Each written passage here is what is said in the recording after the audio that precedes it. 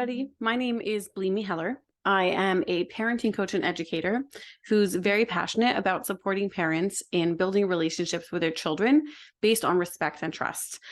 When I heard about this global parenting summit, I was really excited to join and be a part of it because I really believe in the importance of it and the importance of parents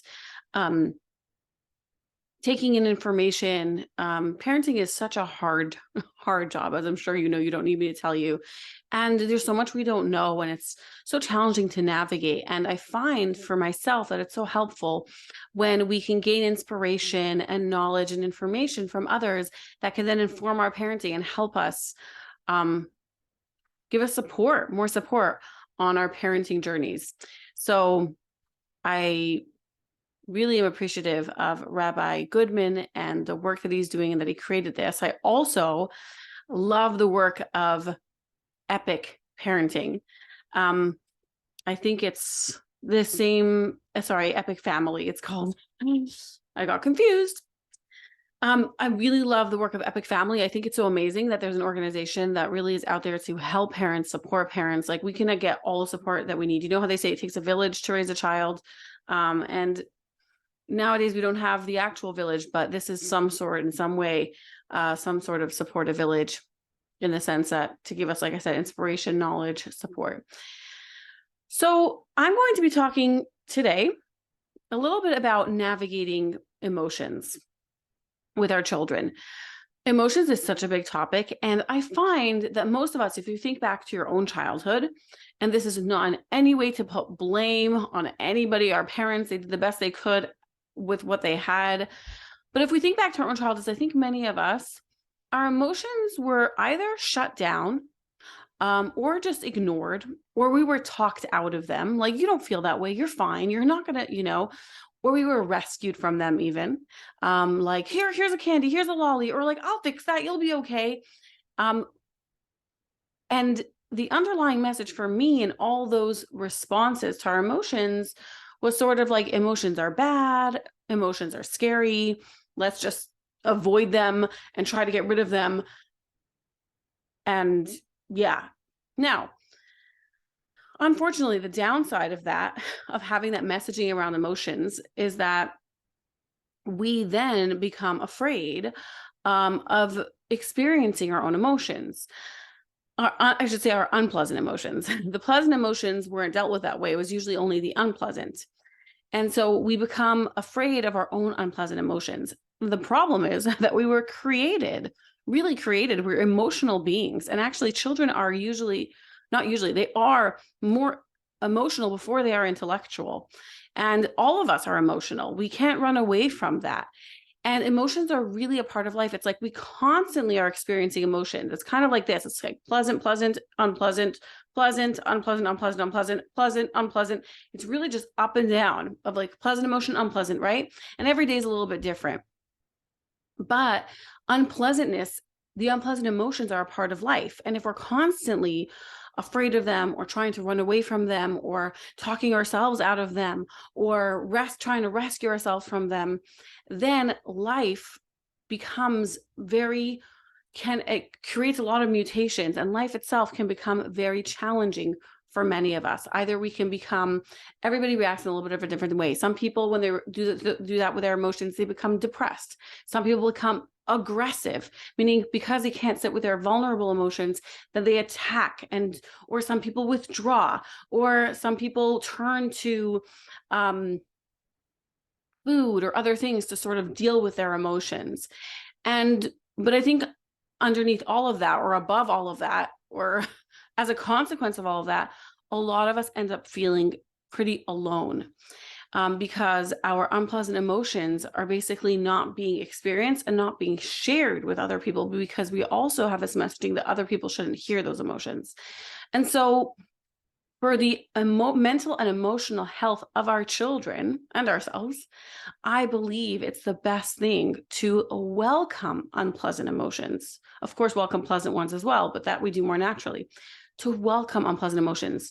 Simply welcome. That doesn't mean agreeing with them. It doesn't mean disagreeing with them. It doesn't mean saying they're right or wrong, or that it's none of that. It's simply welcoming. Now, most of us don't really know what that is or what that means. It's like, what does it mean to just welcome the emotion? And it's a process for each of us to figure out how that feels, or what that experience is in our own body.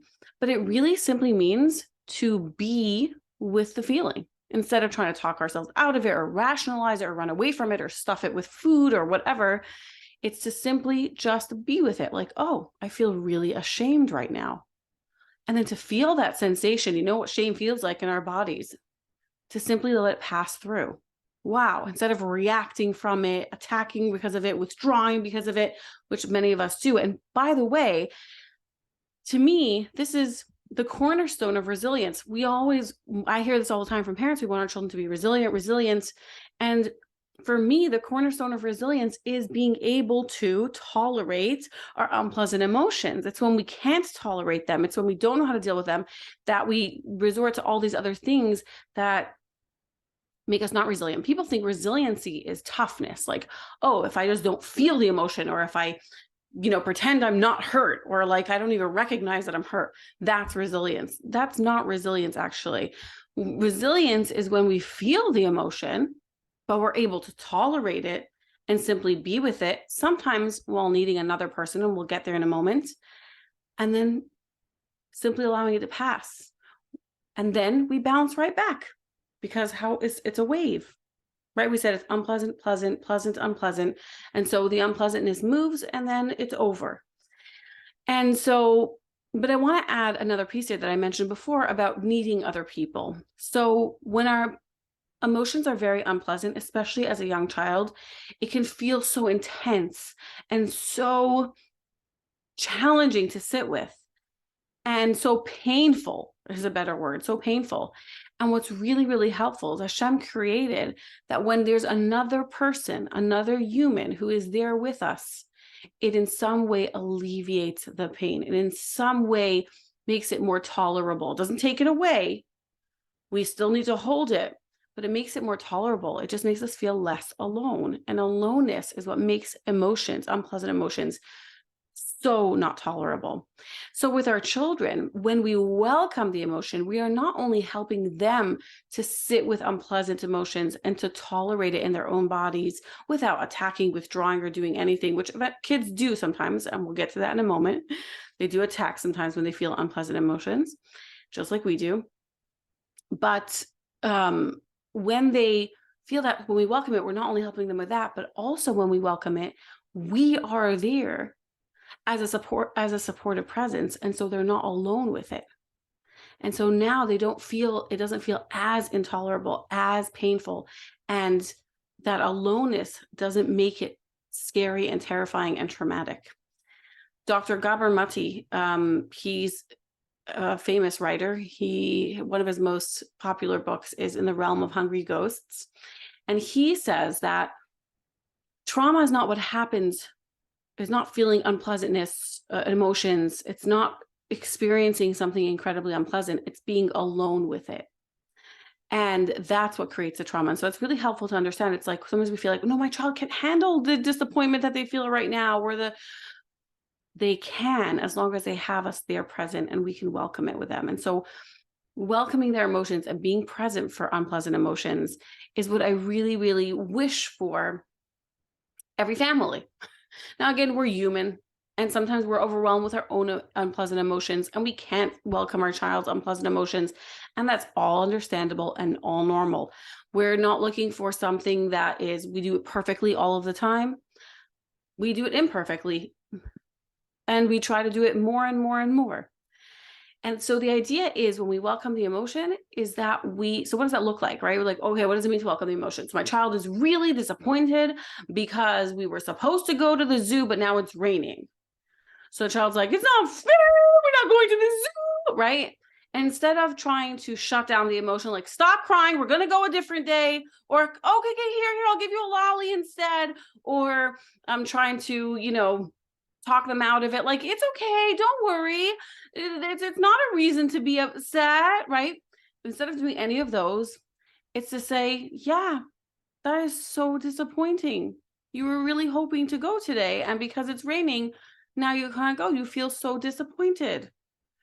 Ooh, actually, when you say that is so disappointing, in a way, maybe you're agreeing that it is disappointing. So you don't have to do that if that's not something you feel comfortable with. I agree that it is a disappointing thing, but it doesn't necessarily mean you have to do that. Even if you don't agree that what the child experienced is a disappointing thing, like it wouldn't be that way for you, you can just say, yeah, you feel really disappointed because you were hoping that would happen. It's real for the child. It doesn't have to make sense to us. Emotions don't have to make sense. It's real for the child. And so we say, yeah, you feel so disappointed. You were hoping to go. And then the child really feels that disappointment. Yeah, it goes through their whole body. Sometimes they cry. Sometimes they cry louder and more. And some parents, where I get, if we've been conditioned to think that unpleasant emotions, crying is bad, we're like, oh no, I'm making it worse. You're not making it worse. They're actually going into the emotion now. They're really experiencing the emotion. Wonderful. And then we just stay present. You know, we don't have to say much. We're just there and they cry and they're sad. And then you'll watch. It's a wave. It moves. They move on to something else.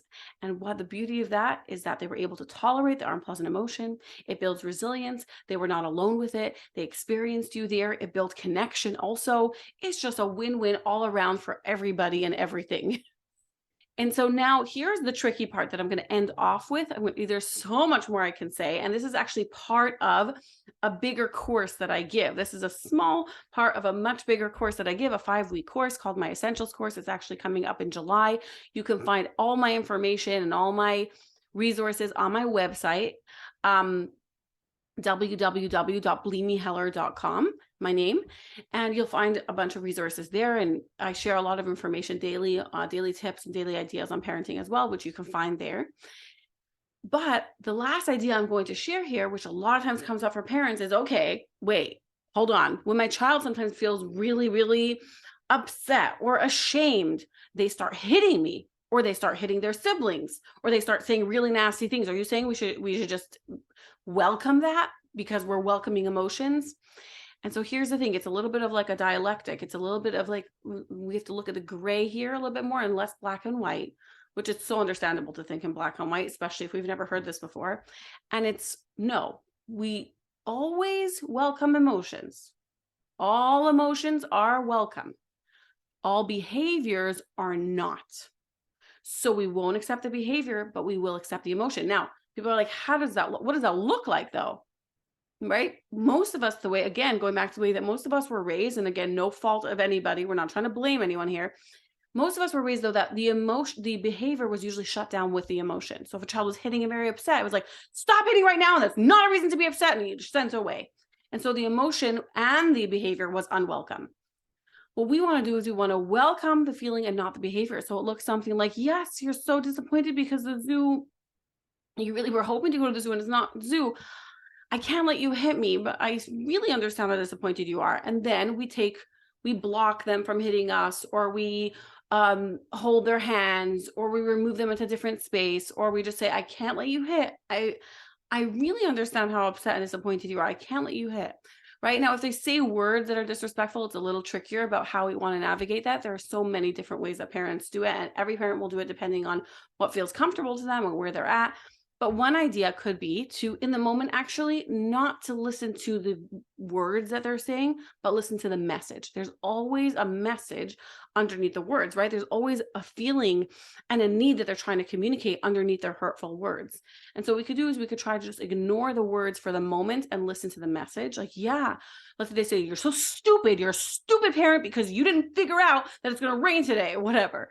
And you can say, yeah, you're so upset because you really, really were hoping to go to the zoo. So here, I'm not saying, yeah, I'm a stupid parent. I'm ignoring those words and really going for like, they're really upset and disappointed because they were hoping to go. And then afterwards, once it's dissipated, then I correct and say, yeah, you were really upset before. Saying you're a stupid parent because you did that is really not the right way to communicate. When you're upset about the next time, what else can you say? How can you communicate it better? So just teaching them how to do it. That's one way. Another way is in the moment, you can say, wow, wow, wow, wow. I really realize you have something very important to say, and there's something you're going on for you, and I want to hear it. The way that you're saying it right now, I'm having a really hard time hearing it. So let's take a break. I'm coming back in a few minutes. I really want to hear you. And so that is, if we feel like it's too hard for us to hear it and too much, we can actually say we're taking a time out, we're separating, but in a very kind way, in a very considerate way, we can say, I see your emotion. The way that you're communicating it, though, I'm having a hard time with. Let's come back and I'll come back to listening to the emotion. But when it's a behavior that's physical, it's more easier in a way to step in and just stop them physically from doing that. Like I said, there's so much more I want to share. And I'm also imagining that listening to this, there might be so many more questions coming up in your mind, like, what, how do I do this? And there's so many other things. I've been doing this for more than 7 years. I know already all the questions that come up in parents' minds and all the confusion. And I imagine that might be coming up for you as well. And that's so understandable. And I love parents' questions and hearing them and welcoming them. You can always reach out to me, like I said, via my website, join the course as well. And also, if not do any of those things, to take just the small idea of welcoming our children's emotions and to try to implement that and do that in a way that works for you and see how it goes. I hope you appreciated it. I hope this is helpful to you. I want to thank again Epic Families for having me on and for the incredible work that they do.